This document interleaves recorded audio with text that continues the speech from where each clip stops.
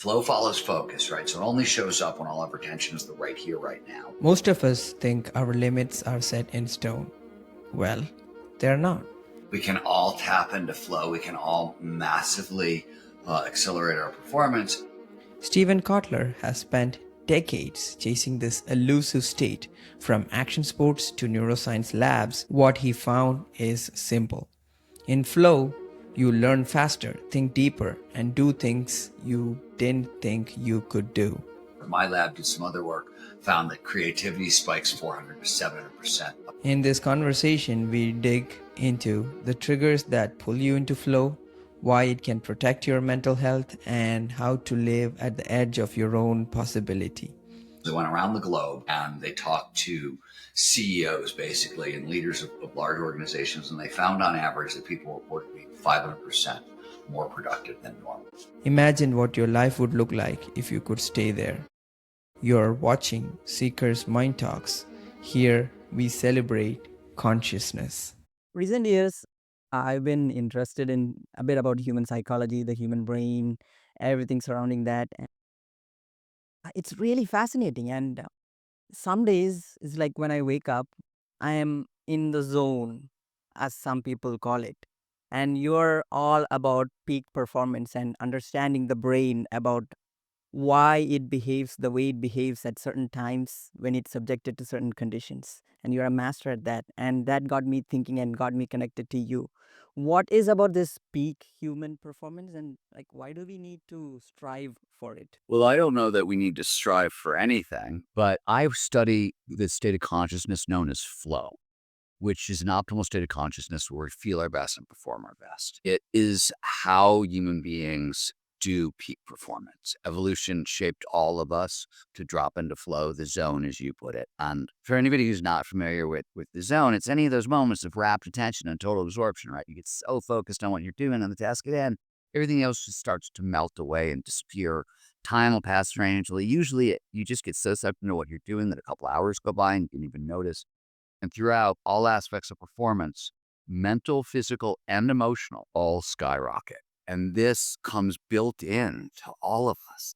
Like this, it's a built-in feature of being human, and we can all tap into flow. We can all massively accelerate our performance. And what that usually means for a lot of us, unless we're kind of good at this and practiced at this, it means we have no idea what we're actually capable.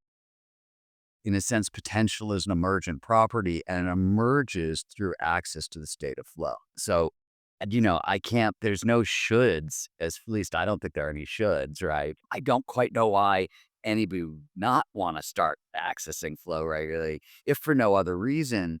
We know it fights off most of our mental health disorders, right? It's neuroprotective against depression and anxiety and bipolar disorder and schizophrenia. It overwrites both burnout, and my lab found that it overwrites PTSD. So these are $1 trillion mental health problems that are, kind of plaguing the world right now. So that alone should have people's interests, and flow underpins happiness, well-being, overall life satisfaction, meaning, purpose. Those are things that I think all of us want in our lives. So you could do what you want, but this is, if those things are interesting, this is the gateway through which evolution created us to, find those. Find that.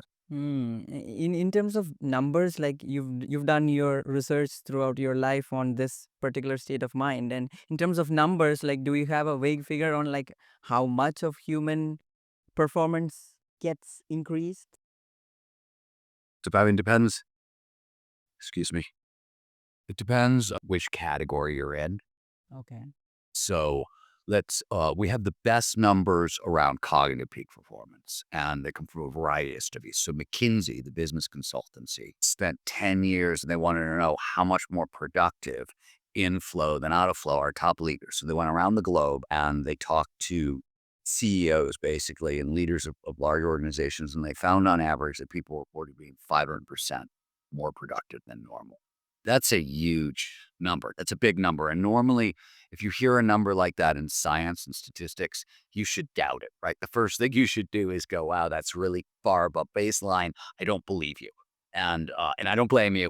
And the reason that researchers, myself, and, it's a big field at this point, believe in that number is because it is similar to the other metrics. So, for example, the Department of Defense in the United States looked at soldiers in flow, and they wanted to know how much above baseline, how much faster they learn. They were looking at accelerated learning, accelerated skills acquisition. Sorry, that obscene sound in the background is my dog drinking water, and he's giant, and I couldn't wrestle him away from the bowl, even though I tried. So I apologize for that. But the Department of Defense found that learning spikes 240 to 500% above baseline. Creativity studies, so creativity, innovation, creative problem solving, creative critical thinking, a bunch of different studies. One done at the University of Sydney, some work done at Harvard. My lab did some other work, found that creativity spikes 400 to 700% above baseline. So we also know, on the physical side, strength increases, stamina increases, fast twitch muscle response increases. We sort of have some numbers on it, but it's not one. When it comes to strength, it varies individually. So I'll explain why. It's not that our strength increases in flow, it's that the neurochemicals that underpin the state are all painkillers, very powerful painkillers. So our strength doesn't increase, our pain tolerance skyrockets. Now, normally, when you go to lift a heavy object, if you're not a weightlifter, you have a governor on strength. Your body will only let you access 60 to 65% of your own strength. It doesn't want you to get hurt.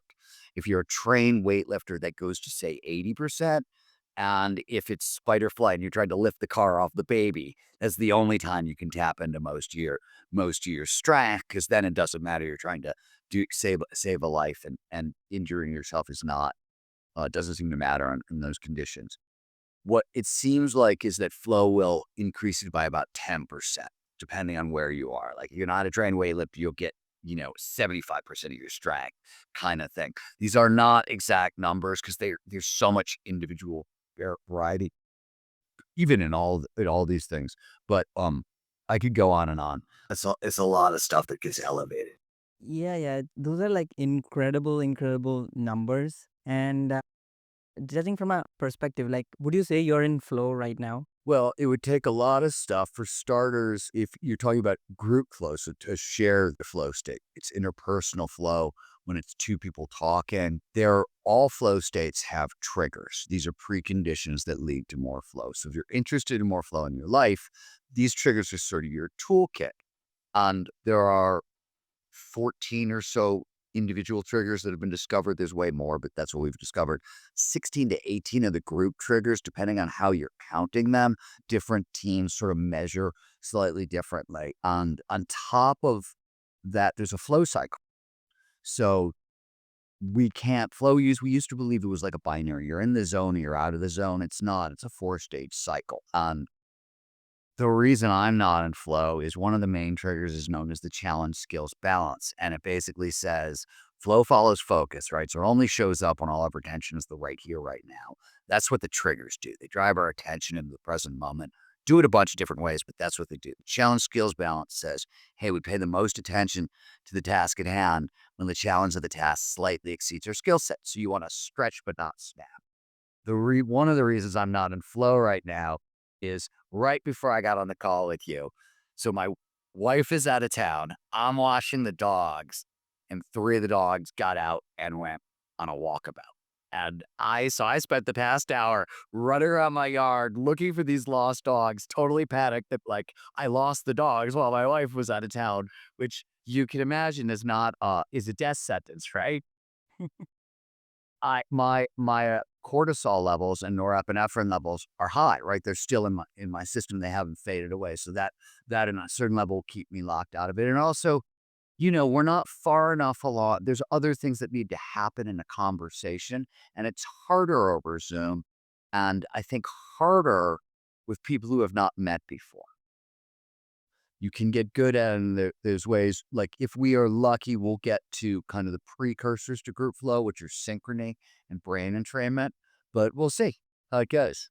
That's really amazing, right? Like how chemicals interplay with our brain, and that can actually change the way we see reality on a different level. And I take it this happens when we take stimulants as well. Well, so There's a couple of suppositions that are built into your statement that is worth sort of examining. So first of all, the brain is an electrochemical signal system. So when it communicates with itself or with the body, it's always sending chemical messages and always sending electrical messages. There's nothing unusual there. The other thing that's interesting, and I know this is a consciousness. Consciousness is one of the topics you care about, so I'd like to point this out. There's no such thing as baseline reality. There's no normal. Like, we're always chemically altered. The air alters us chemically in the brain. Food, sleep, energy, excitement, emotion, all these things alter us chemically. And in terms of altered states, yes, I work in altered states of consciousness, but anger, especially rage, that's a profound altered state of consciousness. Grief is such an altered state of consciousness that until the 20th century, it was considered a form of mental illness. And a lot of people who study grief still think of it as a sort of a temporary mental illness. And that's certainly been my experience with it. My wife and I run a hospice care dog sanctuary. So we care for a lot of beings in this life, and we love all of the animals that we get to work with. They die. Like, that's the job. We help them die. We help these animals have a very good death. That's our part of our mission. But there's a lot of grief, and I'm crazy for 3 days. Like, I know this. If a dog dies, it doesn't matter how sane I think I am. I won't let myself have any business calls. I won't do a podcast. I've made mistakes and done those things that I'm not to be trusted under those conditions. Yes, we have this ability to significantly alter our consciousness with substances, but we also do it naturally. And every sort of like substance out there that we could ingest is mimicked by an internal neurochemical that can do it naturally without that substance. Hmm. It's pretty interesting. Like, we have evolved this state of consciousness that we can tap in and to if we really study it. Thinking about that from an evolutionary perspective, it's really good to be in flow. Like, you can get stuff done, and you are not in anxiety or quote unquote in a bad state or in a bad mood or a bad emotion whatsoever. Then why did not evolution like make it full time? So it's an interesting question. There's a bunch of different reasons. I don't know what's most important. So let's start with the idea that flow is actually ancient, evolutionarily ancient. It's not humans only. Dogs get into flow, horses get into flow, Wow. all social mammals get into flow. Maybe most mammals, social insects seem to get into flow. There's debate over where the line is. Different researchers have poked at different things, but this is an old system. It's also a high energy state. It's neurochemically expensive to be in flow, and a lot of those chemicals have a limited shelf life. So underneath flow, for example, norepinephrine and dopamine both show up. And at peak concentrations, those chemicals can last about 20 minutes in your brain. These are focusing chemicals and alert and awake and paying attention and excited. Why are TED Talks 20 minutes long? Because the brain's main focusing chemicals last about 20 minutes in your brain. And serotonin, limited supply. Anyone who's ever done MDMA knows this, because 2 days later, you're depressed because you've depleted all the serotonin in your system, and it takes a little while to make more. And it also takes tryptophan, so you have to eat certain foods. It takes sunlight because you need certain vitamins that you get from the sun. So it can take a little while to reboot flow. This is why there's a 4-stage cycle for flow. And on the back end of a flow state, there's a recovery phase. So one of the reasons we can't live in flow is it's expensive. It's calorically expensive. It's neurochemically expensive. So the other reason is this: the information is in the difference. If you lived in flow all the time, it wouldn't be optimal performance. It wouldn't feel delicious. It would feel like average, everyday, normal. The reason flow is so delicious is because life goes up and down, and you have something to compare it to. Your regular daily life, or maybe you're in a bad mood or stress or whatever it is, you compare that to flow. That makes flow uh, a little more extraordinary. Now, what we have found in the work we do at the Flow Research Collective and in my research over the past 30 years, when this work got started, most people generally thought flow was a rare state. right? Until the 1950s, it was classified almost as a mystical experience. And it was only in the 50s that we started to associate it with performance and success and things like that.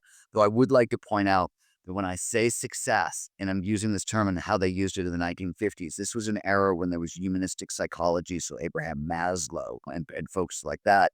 Success to them didn't just mean I made a lot of money and I got promoted. It meant you were a good person, you were kind, you were loving, you were loyal, you were good for the planet.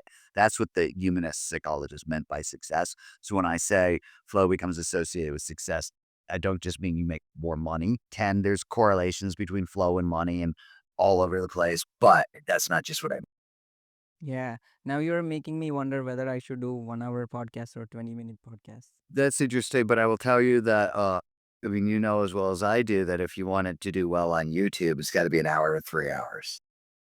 That's right. But like if you can't keep your attention chemically at least for more than 20 minutes, then why would somebody else be in there? But that's at peak state. Do you think your audience is at peak state? Do you actually think your audience is producing a lot of dopamine or norepinephrine? To get norepinephrine, you need explosions or soundtracks. It's curiosity or it's anxiety. So you have to ask really good questions, or I have to say something really, really exciting, right? That might produce a little norepinephrine. Dopamine, you need pattern recognition. So the linking of ideas together. So if your listeners are making connections, they could get access to dopamine. But if those things aren't happening, they're not producing those chemicals at peak states. So But it's on, it's a lot of it has to do with how you do your job and how I do my job during the podcast, right? If we produce flow in the listener. do you think this short form contents like the Instagram reels and YouTube shorts will affect the mental state of the world? Because everybody is watching it and attention span is decreasing. And do you think that will have an effect on the way we experience flow? Will we have little flow, more flow? So my general feeling is that social media broke the world. Hmm. It's not that's I think social media is inherently bad. It's that humans have almost no control over their attention. They don't train attention unless they've got meditative practices or flow training or those sorts of things. People have bad with attention. When we train people in flow, we train them in distraction management first and foremost. Wall everything off, turn off the noise, turn off the cell phone, turn off messages. When I go into companies, because flow follows focus, concentration, complete concentration, the most important flow trigger. And when I go into companies, I tell them, you can't hang a sign on the wall, pardon my language, it says, fuck off, I'm flowing.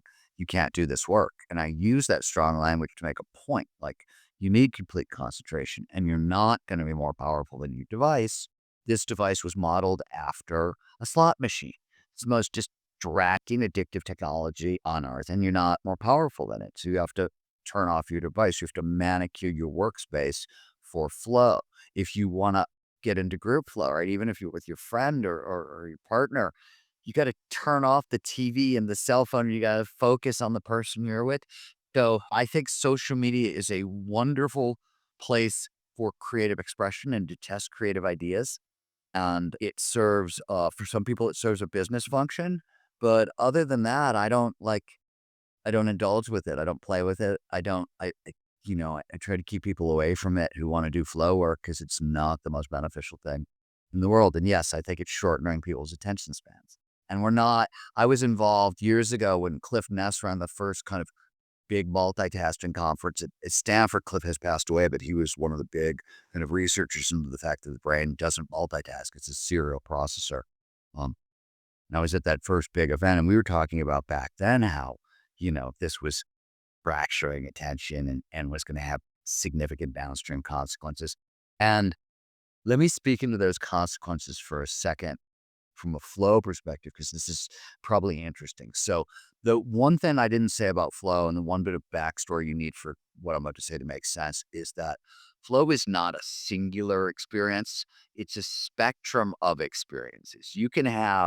So flow has 6 core characteristics. I mentioned them when we started talking about the complete concentration on the task at hand, merger of action and awareness, the diminishment of our sense of self. Time passes strangely.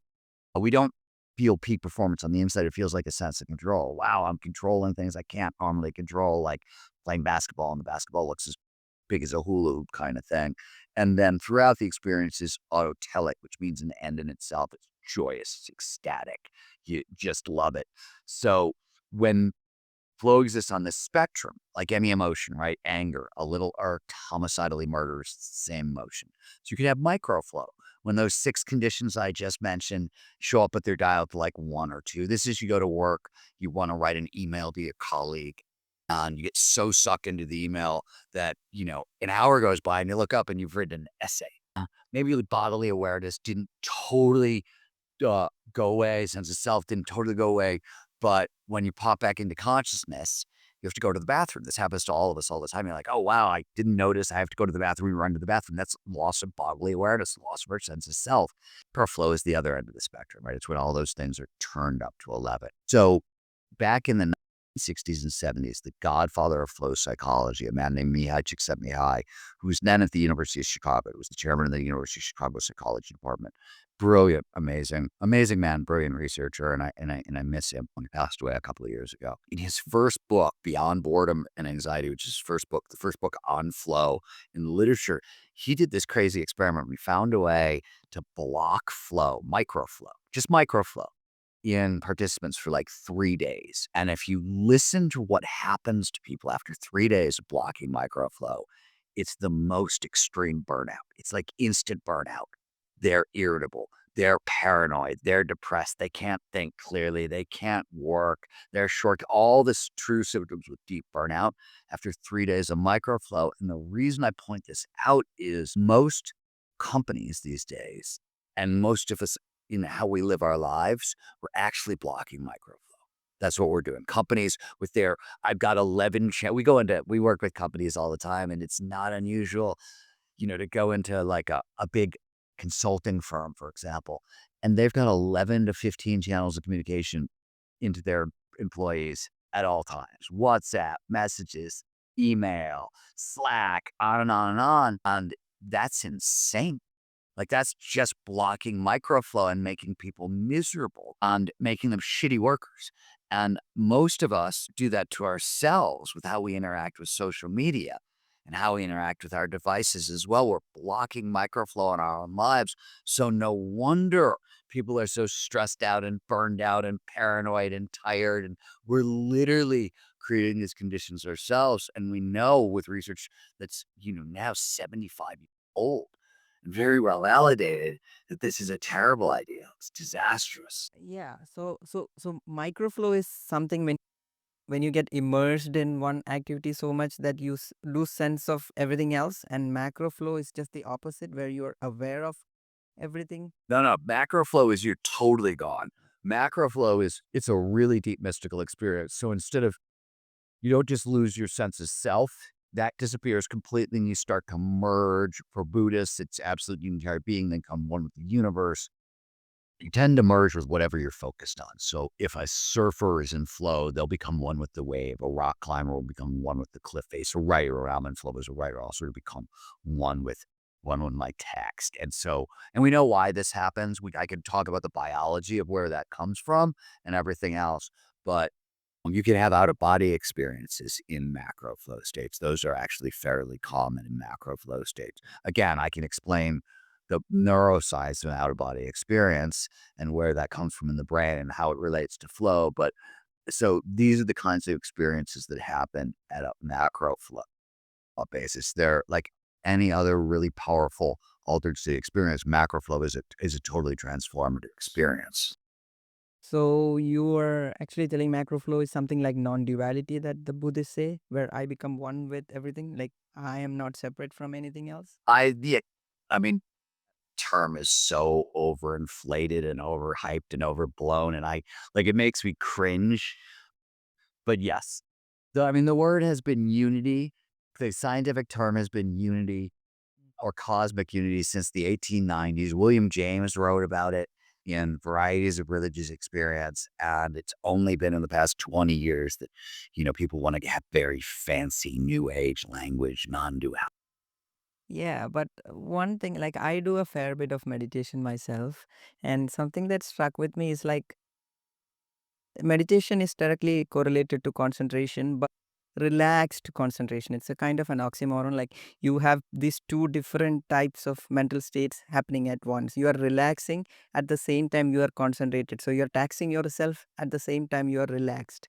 And you said that if we are in, and I think in some level we are going into flow states when you are in a really good meditative state, and they call the first level samadhi or something. Apparently when you lose that sense of self and you are so much involved in something, you are deeply invested in it and you feel happy, you don't feel the sense of self, you don't feel the thoughts happening in your head. And you said that if we are continuing in that state for longer periods, everything, it would be the new normal. But when I am in a meditative state myself, everything becomes so much interesting. Like if I look at this mouse with me right now, when I'm in my quote unquote regular state, it's just a mouse. But when I'm concentrated, I see other things or become involved with it on a much deeper level, and it's far more interesting and it never seems to end. That's great. Yeah, yeah. S- We know from a neurobiological perspective, there are slight differences between meditation and flow. And really, it depends on what your meditation style is and how advanced you are. So, some of the more complicated Tibetan Buddhist systems, especially if you're in the white lineage tradition, very flowy tradition. Zen, not the flowiest of traditions, but it produces a very powerful Satori is a flow state, right? It's a version of a flow state. And one of the cool things is most of the wisdom traditions have different words for flow. If you go into the Mormon tradition, for example, or Baptist Christian, the Holy Ghost and the Holy Spirit is flow. That's the term, right? The Holy Ghost feeling, that's the term for flow in those traditions. So every different tradition has as a term for this experience. The mechanism that produces oneness in the right temporal junction, where the temporal lobe hits the parietal lobe, and this is the part of your brain that helps separate self from other. So people who have brain damage or stroke to this portion of the brain, they have a trouble sitting down on a couch because they're not quite sure, where does my leg end and where's the couch begin? Or if you've got a stroke to this portion of your brain, it's hard to walk through a crowded room.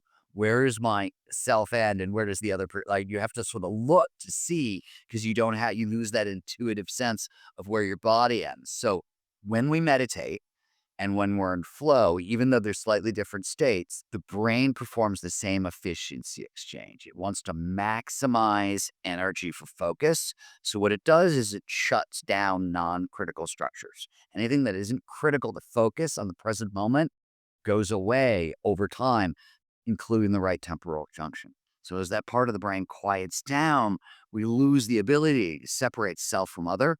And at that moment, the brain decides you are one with everything. If you're a Buddhist and you're meditating on the openness of the universe, it's absolute unitary being. If you're a Franciscan nuns, they call it unia mystica. It's oneness with Jesus' love, because that's where their focus is. So depending on where your focus is, it depends on what you tend to merge with. That's actually the same part of the brain that causes out-of-body experiences, because the part of the brain that's involved in perspective.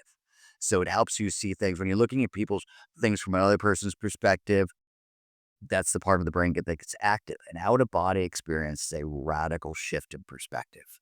So one of the reasons they happen, for example, they're very common in adrenaline crisis situations, because the brain wants a radically different perspective over the situation. So it'll pull you out. The first time I went skydiving, I jumped out of the plane and flew right out of my body, and I watched, myself. And I was 18. This is, by the way, how a lot of this research began for me. I talked about this in a couple of my books, this experience, but I had an out of body experience when I was 18, long before people. This was, I'm ancient, and so we're talking about in the 1840s.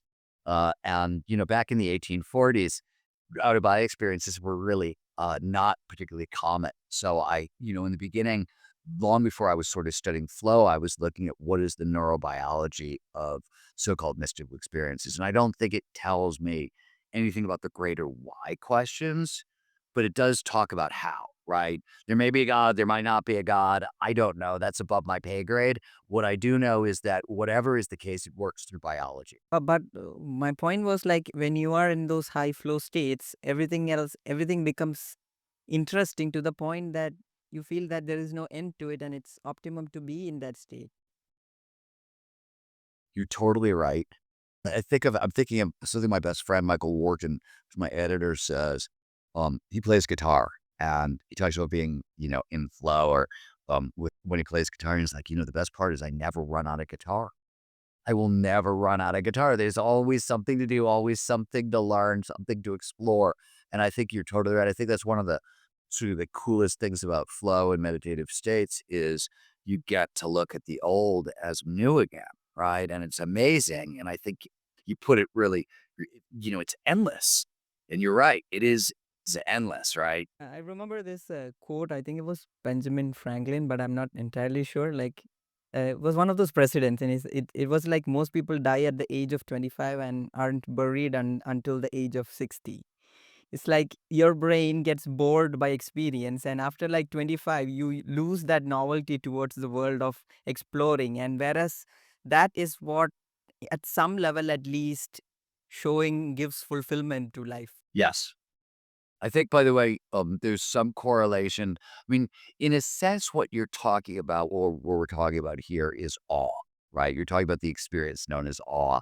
Awe is the front end of a flow state, right? Time starts to dilate, it starts to stretch out, gets sucked in, you disappear for a second. Flow is extended awe, in a sense. Another way of putting it, some researchers have called flow intuition and action, and intuition, flow and cognition. Hmm. I also saw that you are also interested in a near-death experience. I was searching through your website and I found that you went in a fighter jet to experience the near-death scenario. Yeah, it's a long story, but there was all this near-death research. Okay, it's a funny story. Back in the 50s, U.S. military introduces some new fighter jet, fancy new fighter jets, and it can pull a ridiculous amount of Gs.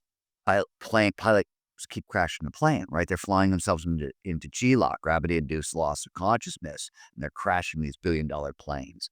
And so the Air Force hires a neurophysiologist by the name of James Winery to solve the problem. He goes down to a centrifuge at an Air Force base in Texas, and he spins 1,000 pilots into G-lock. And as they're losing consciousness, they start reporting out-of-body experiences. And if he keeps spinning them, that out-of-body experience starts becoming a near-death experience. They start moving down a long tunnel towards the light, and other things like that happen. And this is the 50s, so we don't even have the term out-of-body experience or near-death experiences. In his research and his reports to the government, he calls them dreamlet. He doesn't even know what to call it. He calls them dreamlet. I got a chance, so that's a long story, but I got a chance to fly a Russian MiG-17 fighter jet, and I flew a trainer. So in a trainer, you sit in the front and you steer the plane, and there's a pilot behind you, sitting behind you, who can take over the controls. When I got in the plane, by the way, I had no idea how to fly a plane. I'd never flown a plane before. So like they literally gave me instructions in the hangar, and the guy turned over the stick. We were 200 feet off the deck. He's like, "Okay, you got the stick." And I was like, "Well, this is crazy." But I said, "Well, what can I do?" He said, "You can do anything." And I said, "Okay, can I barrel roll us into G-lock? Because I have a neuroscience theory I want to test. I want to have this experience." And he's like, I was like, "Are you sure I won't kill us?" And so it actually turns out I could have been an astronaut. I have a very high tolerance for G forces. Unbeknownst, I had no idea until this experience happened. But like, I kept flipping the plane, nothing was happening. And finally, like, we went up to 10,000 feet, and I pointed the nose at the ground. And I accelerated straight into the earth, and we were like 1,000 feet off the deck. I yanked on the stick and flipped the plane. And that was when I lost consciousness. And you move down a long, dark tunnel, sound funnels away. You move down a long, dark tunnel towards the last thing you see is a light. And it's the thinking is because the retinal nerve is buried really deep, right? The occipital lobe is way back there. And so the thinking is that's the last spot in the brain to lose blood flow. And it's the last thing to tune out. So that's why we have that go. Now, a lot of people have really powerful experiences on the other side of that. I didn't have any of that. I just went out, and when I woke up, pilot had pulled us out of the barrel roll, so we weren't going to die. And I was so sick afterwards. G-force is really hard on your body if you're not used to it. It felt like I had the flu for a month afterwards, but it was a great experiment. I'm really glad I did it.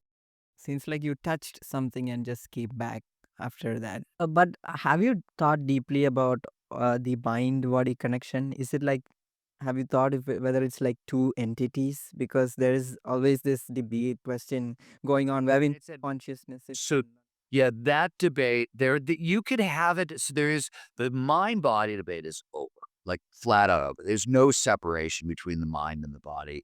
Embodied cognition, which is the idea that we're embodied brains, right, has been the dominant theory in science and neuroscience for the past 20 years. There's nobody left who thinks there's a mind body excluded to science. And I'll give you the best example. My favorite example is a recent paper, and they were looking at time perception. Now, time perception matters a lot in flow because, right, as I said, it speeds up. You get so sucked into what you're doing. So it turns out, and they did this crazy study. They wounded people. They literally cut them. And then they had them rate how fast or slow they thought time was moving over the next couple weeks of their lives. And the people who perceived time to be moving faster, their wounds healed faster. And if you thought time was dragging and it was boring, your wounds healed slower. So when I say there's no mind-body connection, that's what I'm talking about. I'll give you another example. So I do a lot of work on longevity and flow for longevity and peak performance aging. If you would like the single best thing you could do for your long-term health and longevity is have a positive mindset towards aging. A positive mindset towards aging produces an additional 7.5 years of lifespan. A negative mindset towards aging, if you have it, like if you grow up around ageist stereotypes and suffer from that, by the time you're 60, you're going to exhibit 30% more memory decline than people who weren't exposed to those stereotypes. So this is what I mean when I say the mind-body connection. That way is not like science. It's no longer a debate. Like people may be having that conversation out in the world, but scientists, philosophers of mind don't have that conversation anymore. They are having the argument that is being going on is sort of versions of the panpsychic argument, right? Is consciousness fundamental to the universe?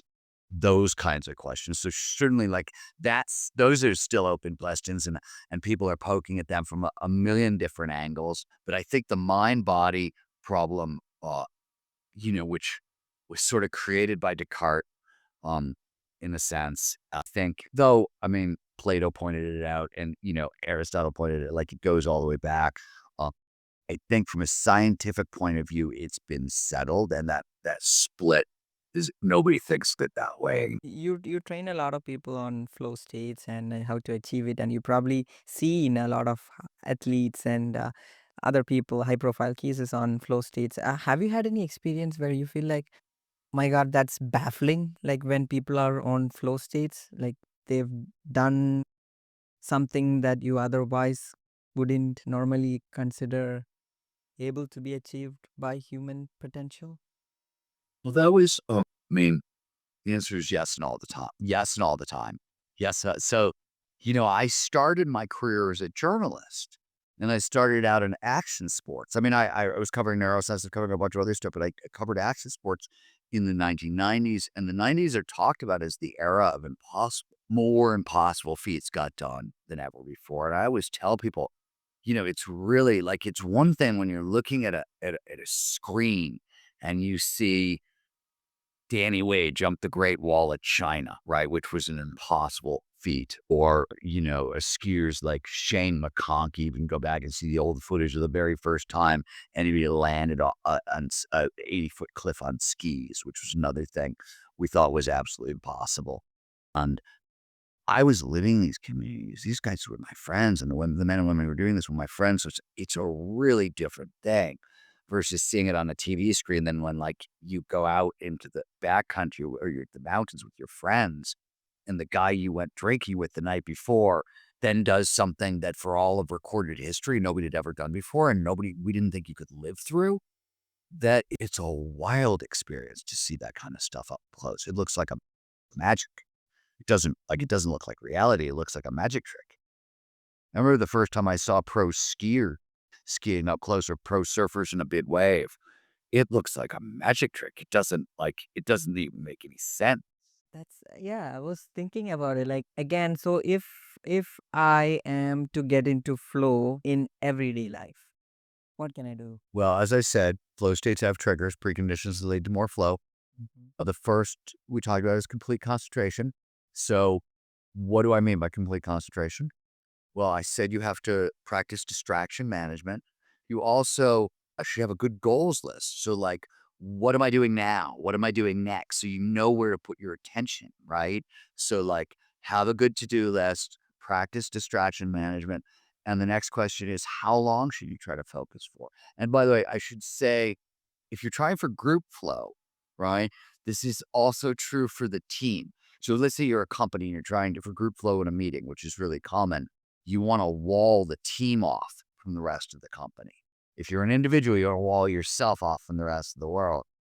And what the research shows us is that you should start by starting, right? If you can get 10 minutes of uninterrupted concentration, it's better than nothing. And I always tell people, like, you get a lot of resistance to what I'm about to say, but always remember that flow increases productivity. So you get time back in the end. But you want to aim for 90 minutes of uninterrupted concentration, 90 to under 10 minutes. And the reason is peak performance is nothing more or less than getting our biology to work for us rather than against us, right? It's not fancy. It's just getting our biology to work for us. We have a built-in focus and attention slot. It's 90 to under 10 minutes long. Everybody knows REM cycles, dream cycles are 90 to 110 minutes long. That's a dream cycle. We have a waking, alert, paying attention cycle. That's the exact same length. So one of the things that people find when they start doing this work and walling themselves off and kind of trying to concentrate for flow, you will naturally move towards that 90 to 110-minute period. Like, it just happens because we're wired for this. Just like, a lot of will naturally move in the direction of flow, often without noticing it.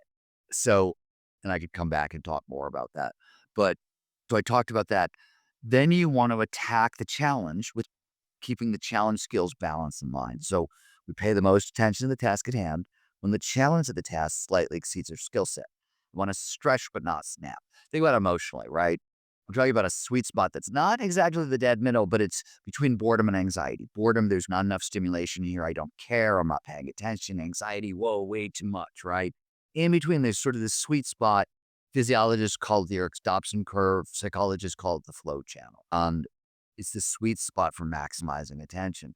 So don't just manicure your space for distraction management so you can focus in. Figure out how to attack whatever it is you're doing to push yourself just outside your comfort zone. So let me give you an example from my own life, in my own work life. I'm an author, and the most important thing I do every day is write whatever book I'm working on, I try to move it forward. How much do I try to move it forward? Well, if I'm just starting, 500 to 600 words. Why? Because I can do 350 words sort of in my sleep, but in the way I tend to write, I have to usually transition between ideas right around word 300 to word 400, usually, right? That's sort of like the end of a paragraph and going to the next one. Nothing is harder in writing than a transition between scenes. So by writing, when I'm starting a book, I aim for like 500 words because I know right around 400, it's going to get challenging and hard, but not too hard, right? So I'm not overloaded and I can still execute inside the time allotted. When I get to a middle of a book, I know more of what I'm doing. So then those days, it's like 800 words a day. I'll double it. End of a book, if I really know what I'm doing, is 1,200 words a day. I'll triple it. And my point is, it's a moving target, but you get to set it, right? And I'll give you another one that is really well known, and this will be is immediate feedback. So we pay flow follows focus, and we always we want to be at our best. So we like immediate feedback because then we don't have to wonder how was I doing, right? We automatically know. So one of the reasons sports are so flowy and music and live performance, improv theater, right? Improv comedy are such flow activities is because the feedback is immediate, right? I'm doing improv comedy. My audience is laughing or they're not laughing. I'm playing tennis. The serve either went in or it's out. So I'll give you an example. Again, my own life as a writer. Writers get feedback from editors, but most editors at most, like a publishing house, if I'm lucky, my editor at my publishing house will read my book twice, right? Maybe twice. Once when I turn in the first draft, once when I turn in the rewrite of the first draft, right? And maybe once at the end if I'm really lucky and they like me and they're my friend. That's not enough feedback for flow. So I have my own personal editor who I hire and pay out of my pocket, and he reads everything I write twice a week and give me feedback. And so that's immediate feedback. I mention this because for anybody who's involved in an organization, quarterly reports, yearly reports, that sucks. That's not enough feedback, right? So if you're in that situation, I always say get a feedback buddy. Find somebody in the company you can partner with for a little bit more feedback, or um, talk to your boss, get more feedback if that's possible. I like, ChatGPT has been very useful for feedback in a sort of a new way. I think there's a lot of flowy work to come out of where AI is coming as sort of as a feedback coach. Also, I think there's neat possibilities there. Those three triggers, it's not there's a lot more, but in our research, just with normal folks, we found that those were three very effective triggers to start with. We also found that if your interest is creative flow states, and I think these days almost everything everybody does is creative one way or another. I think we're all sort of loosely involved in creative activities. And it's certainly the most important skill in the 20 for thriving, and we know that. So this is the best blueprint for creative flow states as well.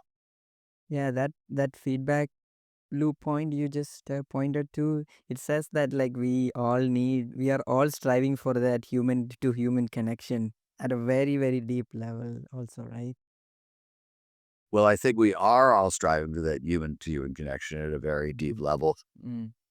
And sometimes, yeah, that's the feedback system. But I mean, the agile computing movement, right, is a flow focused computing movement that, everybody talks about the agile movement in terms of product development and, oh, you can get shit out faster, right? True. That those things are true, but if you go into the agile literature and go into like the Earth PeopleSoft, for example, one of the foundational books about that movement, it's a flow generating system. And they know what they're doing, right? You're getting not only are you getting faster products out, but you're getting workers in flow, so you're getting better products faster. What about we are what we consume, so what about in terms of food that we intake to get those neurochemicals topped up? Is there any specific diet that we should be following? Yeah, Raj, it's a great question, and lots of people have asked, and the answer is no. And the answer is no for a bunch of different reasons. One is the obvious, as you know, there's no one diet, right? Like diet is so individual, nature, nurture. I mean, your beliefs may play a role in it, but like foods that are really, I mean, we all know what quality food is versus crap, right? Flow is a high energy state. You need quality nutrition. You need a lot of hydration. That's a no brainer. But everybody's body is different. There doesn't seem to be anything don't seem to be any across the board food rules or none that we've been able to find. I will say it's hard to test. You're asking a great question, right? But it's really tricky to test because there's a million compounding variables and it's hard to get at that. The best thing I can suggest for people, and this is what I've done in my own life, is so we usually have what's known as a primary flow activity. This is whatever you've done your whole life that drops you into flow. For me, it's skiing, right? I go skiing, 90% chance I'm going to drop into flow. For my wife, it's walking our dogs in the backcountry. For my best friend, as I said, it's playing guitar. For you, it could be podcasting or editing film. For when you talk to directors, editing is really like deep flow for them. Coding, take your pick, on and on and on. But But yeah, that's weird because certainly too, I'm sorry if I'm breaking some chain of thought there in your mind. Where? Yeah, yeah. That's weird because you say that like we certainly need these dopamine or norepinephrine or whatever chemicals there to be stored in your head, and that is directly or indirectly comes from something that you consume, right? And I was surprised that you couldn't find any correlation. So it's worse than that, actually. I just don't tell this story because it's so I did a 10-year study of this is what I was going to say is you can do this. You can study your own nutrition, which is what I did. And skiing is my macro flow state. 90% of the time when I go skiing, I get into flow.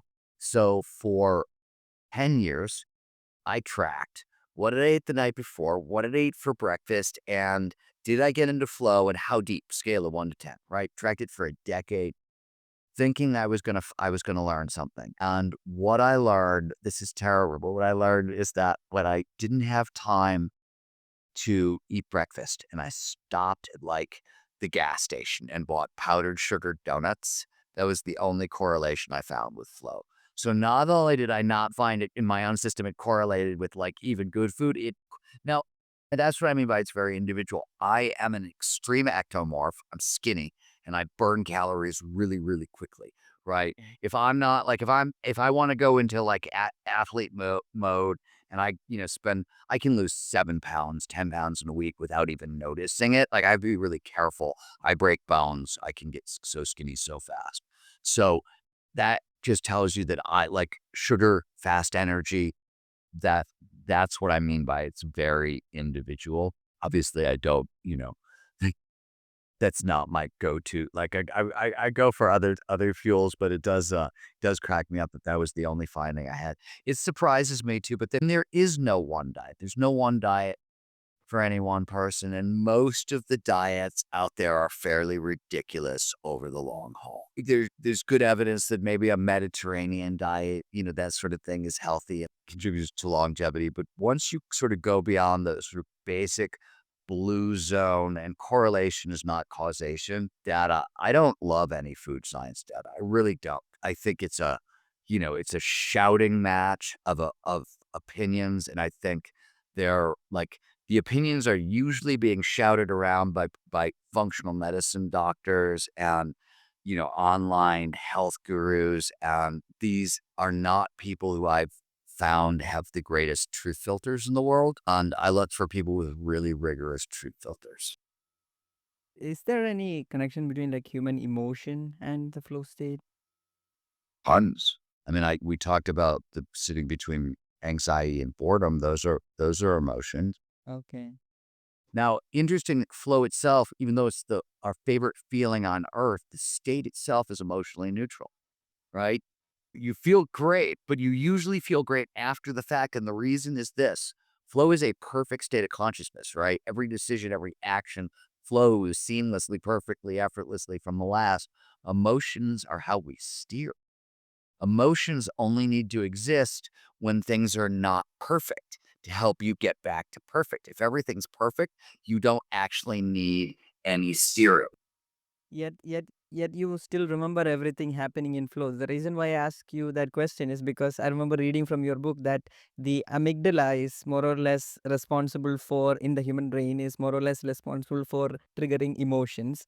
And this gets numbed down or it's not functioning. Yeah, it's Otherwise, it's quieter when you are on flow state, and yet I when I ask someone like, "What is a good memory that you had?" It's more or less most of the time emotional one. But when you're in a flow state, you still remember it vividly because yeah, you remember it. So the quick shorthand for how learning and memory work in the brain, the more uh, neurochemicals, and neurochemicals are called the molecules of emotion, right? There are neurochemicals underneath every emotion. So the more neurochemicals that show up during experience, the better chance it'll move from short-term holding into long-term storage. That's one of the things neurochemicals do. They're multi-tools in the brain. One of their big jobs is to tag experiences, important, save for later, right? And so flow is this big neurochemical dump, tags a lot of experiences. So I always tell people if you want to think back, you know, pick a 10-year period in your life, ages 10 to 20 or 20 to 30, you take your pick. If you think about your positive experiences, your happy memories, unless you're thinking about something that's like pegged to a historical thing. Your birthday, your graduation, a wedding, a baby, a birth of a child, that sort of thing. Most of the time, you're remembering flow states because they tend to be the good memories that negative stuff locks in really easily, right? You get a bunch of negative emotions and it locks in really easily, which keeps us safe for survival reasons. It's harder to remember good experiences. They're harder to hold on. They have a less important survival value. So we only remember the really big experiences, right? And those tend to be flow states. We remember peak performance. Before I think we hit the 1 o'clock mark. Before we start to close, I wanted to deviate a little bit from flow. As you said, meditation is a little bit different from flow state. Have you tried any of the psychedelics on your own? If you After all the psychedelics, what psychedelics haven't I tried? So I haven't tried 5-MeO DMT yet, but that's about the only one I haven't tried. Wow, like I remember hearing Timothy Leary, he was a psychologist. He was saying that he took magic mushrooms and he learned in 5 hours more about human psychology than he learned in 10 years. Did you had any neural connections that you made when you were yeah. Um, there There's a little bit of wisdom to be had in psychedelic experiences. I'm a big fan of psychedelic therapy. I really am. Personally, I like to work with ketamine. Ketamine therapy is I found it the best. I'm not as crazy impressed with the psychedelic insights. DMT, mushrooms, LSD. There's insights there, but it's often the same insight over and over and over again. But like once you've had it, um, I don't know how much more you can go back to. Though Robin Garden Harris, who is now at UC San Francisco, was in Imperial College in London, and has done most of the really cool brain imaging work on psychedelics, right? He says, and I agree with him, that sometimes it's just useful to shake the snow globe, right? Force the brain to have new connections. That can be very, very useful. I think that, psychedelics are everywhere in the culture right now. And everybody's going, and I think a lot of it, I always poke fun of a little bit because a lot of people who are, you know, they want to claim they've got a shaman, they're having these, and I'm like, you're doing drugs in the jungle. And I'm a fan of doing drugs in the jungle. Like, I don't think that's a bad thing, but I don't think you should gush it up with there's a lot of language that gets applied to kind of non-therapeutic use of these drugs. And I really think most people are just partying, and I'm fine with that. I really don't care. Like, I think that's just fine. Like, I've got no moral judgment whatsoever. I think drugs can be really fun if done properly, but I think they get overhyped and overblown. But as healing tools, like, it is tools for PTSD and for trauma and for depression and anxiety and occasionally for insight and creativity. They're wonderful tools to have in the tool. Yeah, you said like you had the same insights every time you took the drug. What or what were those insights? The insight that I tend to get over and over and over again is that the universe is conscious and that all we are, all I am, all you are, all anybody is sort of a perspective. It's the universe asking itself a question about the universe. In a sense, from an evolutionary perspective, you can understand that each one of us is a test of a survival strategy, right? We're a particular combination of nature and nurture that is a test of a survival strategy. Evolution is doing that. I think I'm a big believer in what physicists call similarity across scale, right? The same patterns are repeated at different levels. So I think just in a sense, in one sense, an evolutionary survival strategy being put to the test, possibly at the cosmic level, I'm asking the universe, the way of the universe asking itself a question about itself. I have no idea if that's true or not, but I think it's an interesting thing to think. And I think my life is richer and more interesting, more meaningful because I think that way. I don't know if it's true or not, but I like the idea. Yeah, it's almost as you're trying to explain the universe is trying to find something through this experience or conducting this complex system. At least it seems complex to us. I was also So all those things are true. Everything you said, you're right. at least I was also fascinated like other animals also tried these These Psychedelics, yeah, they're everywhere. Yeah, they're literally there's not a mammal. They actually don't know if there's a creature because insects will go after these compass as well. But there's not. This wasn't my research. Uh, Ronald Siegel's originally work in his fantastic book Intoxication. But there's not. He was at UCLA.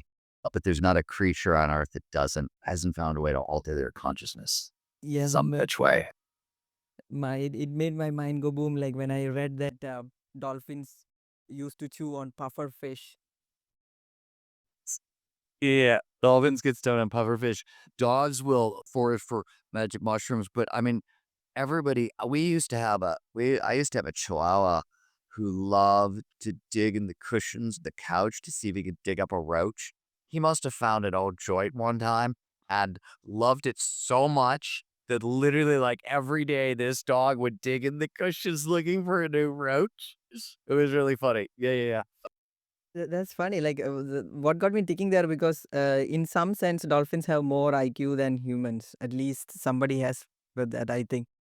And even if they use the said they might have found a different way of looking at these things. Was so the idea is really simple, and the question is why, right? And the answer is what's known in the language, and this was Edward de Bono's research, not mine, but I completely agree with it. Is we all creatures get stuck in ruts, right? That you're gonna using the same damn solution for the same problem, and it doesn't work, it doesn't work, it doesn't work, but you're stuck in a rut. And animals will use psychedelics to get out of ruts because it kicks their head sideways, and it makes them try alternatives. And so it's the same they're doing it for creativity and innovation. So you got to think about it this way. Evolution shaped everybody's brains for survival, right? And there's only two ways to deal with resources, right?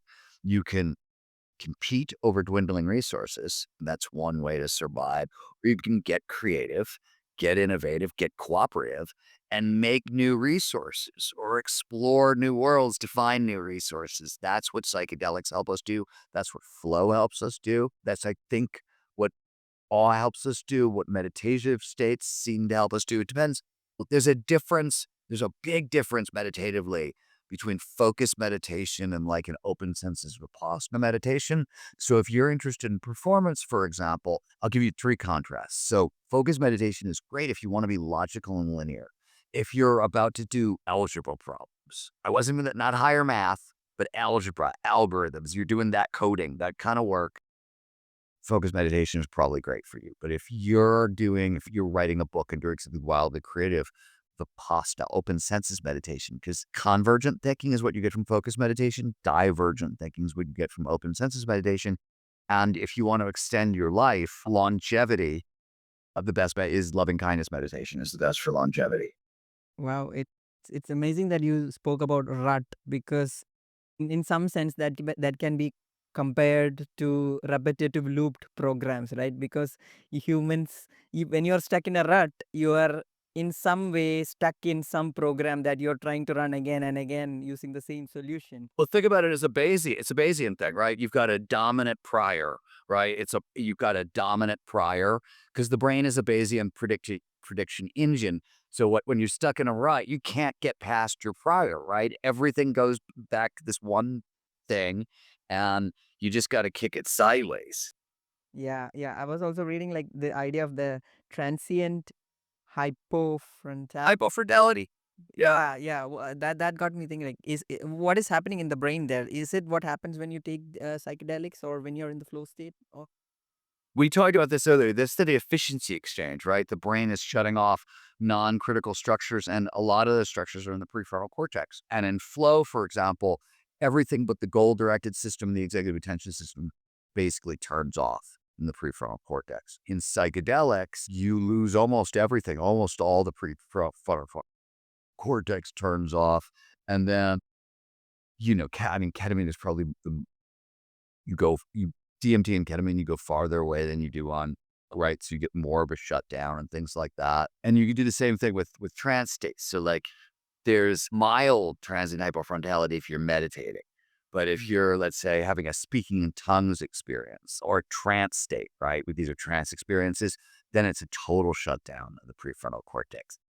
depending on what's going on, different parts of the prefrontal cortex are being shut down. And yes, I like to say that all the north of happy experiences, flow, psychedelic states, trance states, altered states, mystical states, all of these states tend to have the same 5 or 6 neurochemicals associated with them: transient hypofrontality and brain waves near the alpha theta border. There are differences depending on the state, and there are differences depending on the task. Meditation, you're not focused on anything. You're trying to let go of the self. Flow is a goal-directed state. So you see the goal-directed. So a little more of the self is active. So it depends a little bit on that. But yes, transient hypofrontality is common across all of the states of consciousness. Okay. Animals too, right? Yeah. Before we go away, so do you think like the sense of self is important for flow, right? Well, it needs to go away for flow. The sense of self disappears in flow because the default mode network tends to get very quiet in flow. That's your sense of self, your inner chatter. And it's so the reason that happens is self is like a network, mostly in the prefrontal cortex. It goes into deeper brain structures, but it's mostly the prefrontal cortex. So as you get transient hypofrontality, the temporary deactivation of the prefrontal cortex, nodes in the network go down. That's why your sense of self disappears. Same thing happens to time. Why is time pass so strangely in flow? Time's a calculation that's performed all over the prefrontal cortex. And as parts of it go down, it's like a network effect, right? Enough nodes go down, sooner or later, the whole network goes down. And we lose our ability to separate past from present from future. We're plunged into what psychologists call the deep now, or if you're more poetic, it's the eternal present, right? That's where that comes from. Wonderful. But if you look deep into it, if it's goal directed, you need at least some sense of self. Yes, exactly. Some sense of self. And there is a big argument, usually between the European flow research community and the American flow research community over this point, which is play.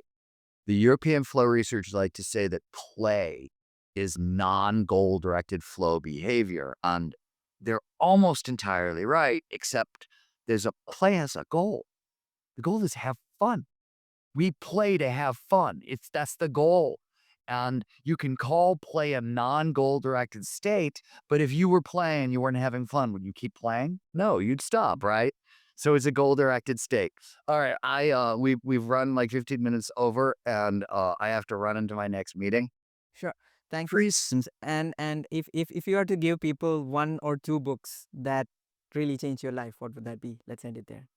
My own books or other people's? That changed your perspective. That Will opened. they change my perspective? So I'll give you 2 totally opposite ends of the spectrum. I like Tor Neatertron's The User Illusion, Cutting Consciousness Down to Size. It's a book about the power of the unconscious mind and Mm. how small our consciousness actually is on top of it. So I've always said that book is great.